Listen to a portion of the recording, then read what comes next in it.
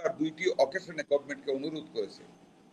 আজকে গভর্নমেন্টকে স্মরণ করিয়ে দিয়েছে চিঠির মাধ্যমে এবং প্রেসে গিয়েছে সেই চিঠি যে আমরা আগে দুইবার আপনাদেরকে বলেছিলাম, আপনারা তখন এটা কর্ণপাত করেননি। দেশের অর্থনীতির যে অবস্থা বলেন, আইন শৃঙ্খলা পরিস্থিতির যে অবস্থা বলেন, যে অসন্তোষ পুলিশের মধ্যে বলেন, যে অসন্তোষ সিভিল আমলাদের মধ্যে বলেন, যে অসন্তোষ জনমনে বলেন, এই সমস্ত কিছু রিজন হলো the absence of A free and fair election in the সরকারে মেনে নেওয়া। যারা সংস্কার চাচ্ছেন, আমরাও সংস্কার চাচ্ছি, যেই সংস্কারগুলি অনতি বিলম্বে করা জাতির জন্য দরকার, যেই সংস্কারগুলি করলে একটা নিরপেক্ষ নির্বাচন করা যাবে, যেই সংস্কারগুলি ইমিডিয়েটলি করলে বিচার ব্যবস্থাটা স্বাধীনভাবে চলবে। আপনি যেই প্রসঙ্গটা নিয়ে আজকে শুরু করলেন, আমি যা ভাবছিলাম ঠিক তাই হলো। জিল্লুর সাহেব তো বলেছেন, কিন্তু কলিমুল্লাহ ভাই যার কাছে অনেক কিছু শেখার মতো আছে, আমি জানতাম যে কলিমুল্লাহ ভাই সারা পৃথিবীকে টেনে আনবেন আজকের আলোচনা এবং খুব গুরুত্বপূর্ণ রানিং কিছু issues he has drone in his discussion. যেমন ধরেন, যেটা আপনার আলোচনায় স্টার্ট করেননি, স্টারলিংকের আনাগোনা বাংলার আকাশে, উনি এটা উল্লেখ করেছেন। মিয়ানমার ইস্যু টেনেছেন, আরাকান ইস্যুটা মিয়ানমারের অংশ হলে আলাদাভাবে বলেছেন, ইন্ডিয়া পাক ওয়ারের প্রসঙ্গ টেনেছেন, Burma act of USA which is very important at the present world, political ওয়ার্ল্ডে, জিও পলিটিক্যাল অবস্থানে, এটার কথা বলেছেন। তারপর উনি রিডিজাইন অফ ওয়ার্ল্ড ম্যাপের কথা উল্লেখ করেছেন। প্রত্যেকটা সেন্টেন্স উনি যা বলেছেন, issues are very important the present context of the world politics and world economy. কিন্তু এর একটাতেও যদি ঢুকে যায়, তাহলে আপনি যে প্রশ্ন করেছেন সেটার জবাব আমি সঠিকভাবে দিতে পারবো না। আপনার প্রশ্নটা আওয়ামী লীগের রাজনীতিকে নিষিদ্ধ করা হয়েছে, বিএনপি সেটা মত দিয়েছে কিনা, যদি আমি সঠিকভাবে বুঝে থাকি, এটি আপনার কোয়েরি। জি, মতামত নিয়েছে কিনা। BNP is a very large political party in Bangladesh. BNP এর আগে আরো দুইটা অকেশনে, আজকে যে চিঠিটা বিএনপি প্রেসে পাঠিয়ে গভর্নমেন্টকে দিয়েছে এবং প্রেসে পাঠিয়েছে, চিঠিটাতে তারিখ সহ উল্লেখ আছে, দুইবার in two occasions of meeting with the chief advisor, BNP discussed this issue and gave suggestions to take legal action against the prohibition of Awami League politics, to ban this politics, which is the demand of the student, বৈষম্য বিরোধী ছাত্র আন্দোলনের এবং জনগণের যেটা চাহিদা, যে fascism যেই রক্তক্ষয় ঘটিয়েছে বাংলার জমিনে, যেভাবে অত্যাচার করেছে মানুষকে, যেভাবে আমাদের সন্তানদেরকে হত্যা করেছে, অন্ধ করেছে, ক্ষত বিক্ষত করেছে গুলি দিয়ে, পঙ্গুত্ব বরণ করিয়েছে, গুম করেছে, খুন করেছে, তাদের বিচার হওয়া উচিত। কিন্তু গভর্নমেন্ট গত 9 মাসে এটাকে খুব একটা কর্ণপাত করেনি। বিএনপি দুইবার দুইটি অকেশনে গভর্নমেন্টকে অনুরোধ করেছে। আজকে গভর্নমেন্টকে স্মরণ করিয়ে দিয়েছে চিঠির মাধ্যমে এবং প্রেসে গিয়েছে সেই চিঠি যে আমরা আগে দুইবার আপনাদেরকে বলেছিলাম, আপনারা তখন এটা কর্ণপাত করেননি। আজকে তো করলেন কাজটি, কিন্তু 5-7 হাজার মানুষের ছাত্রদের মিছিলের পরে গিয়ে করেন আন্ডার কম্পালশন। এই যে একটা ইনসিডেন্স তৈরি করলো, that is not good for the democracy. মবের কারণেই আপনি ভয় পেয়ে করলেন নাকি যুক্তিসঙ্গত কারণে করলেন, এটা কিন্তু গভর্নমেন্ট প্রুফ করতে পারেনি।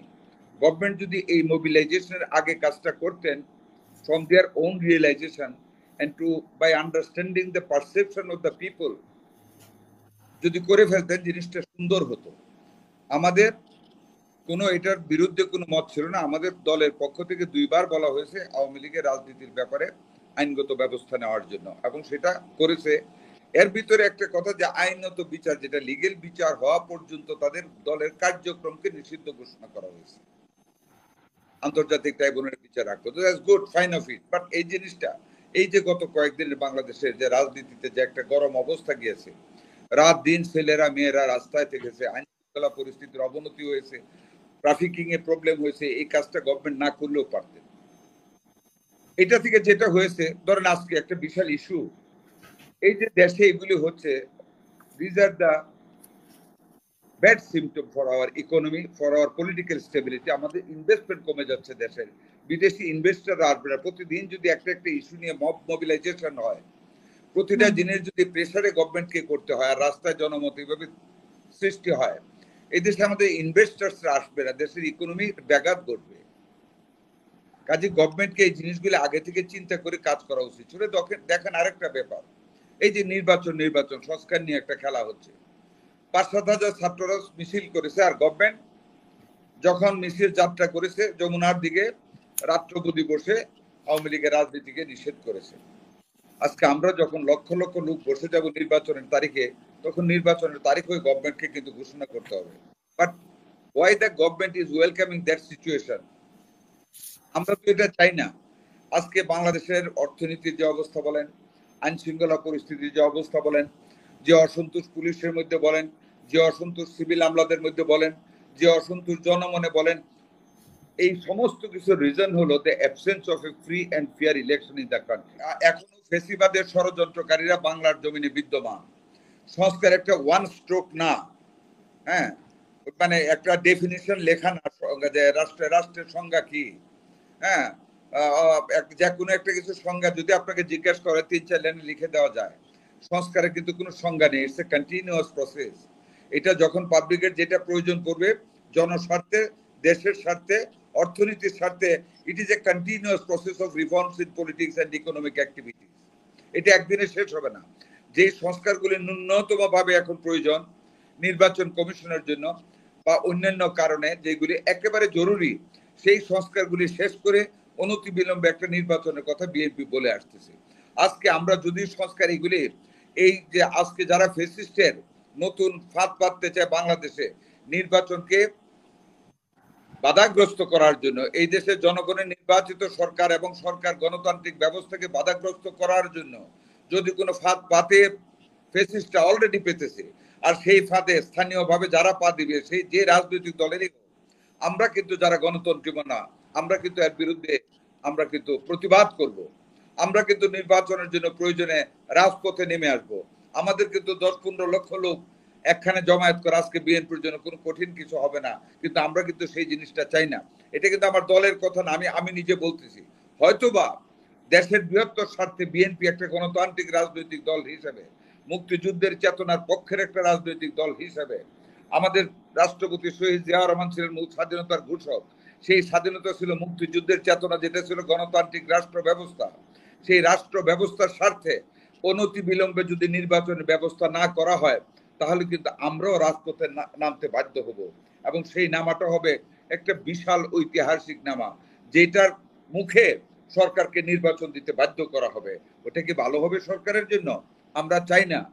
আমরা চাচ্ছি শান্তিপূর্ণভাবে গভর্নমেন্ট তার বিচক্ষণতা থেকে সকল অবস্থায় সকল কিছু যে দাবিগুলি আছে সরকারে মেনে নেওয়া। যারা সংস্কার চাচ্ছেন, আমরাও সংস্কার চাচ্ছি। যেই সংস্কারগুলি অনতি বিলম্বে করা জাতির জন্য দরকার, যেই সংস্কারগুলি করলে একটা নিরপেক্ষ নির্বাচন করা যাবে, যেই সংস্কারগুলি ইমিডিয়েটলি করলে বিচার ব্যবস্থাটা স্বাধীনভাবে চলবে, দুর্নীতি দমন কমিশন স্বাধীনভাবে কাজ করবে, নির্বাচনী ব্যবস্থা নিরপেক্ষ হবে, ওই ন্যূনতম সংস্কারগুলি করতে 1000 বছর সময় লাগবে না।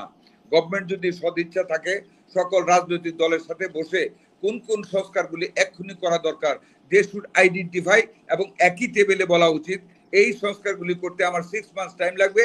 After the expiry of the 6 months there will be free fair election on so and so date. গভর্নমেন্টকে বলতে হবে, না বললে দেশের বর্তমান বিশৃঙ্খল অবস্থা আরো বাড়বে, এবং আমরা যারা গণতন্ত্র প্রেমী, আমরা রাজপথে নামতে বাধ্য হব নির্বাচনের তারিখ আদায় করার জন্য। উই ডোন্ট ওয়ান্ট যে আন্ডার কম্পালশন গভর্নমেন্ট ডেট দেখে, এটা আমরা চাই না। আমরা চাই শান্তিপূর্ণ উপায়ে গভর্নমেন্ট সকল রাজনৈতিক দলের সাথে রিফর্মসের কথাগুলি আইডেন্টিফাই করে নির্বাচনের তারিখটা দিয়ে দেখ। এবং আওয়ামী লীগের রাজনীতি যেটা গভর্নমেন্ট নিষেধ করেছে, আমরা এটার বিপক্ষে না। আমরা বলেছিলাম আইনানুগ ব্যবস্থা করতে, এটা রাষ্ট্র ব্যবস্থা নিবে, বিচার বিভাগ তার ব্যবস্থা নিবে। রাষ্ট্র ব্যবস্থা নিয়েছে, উই আর হ্যাপি। সরকার ব্যবস্থা নিয়েছে, উই আর হ্যাপি। আমাদের কনসেন্ট না থাকলেও কনসেন্ট আছে। ধন্যবাদ।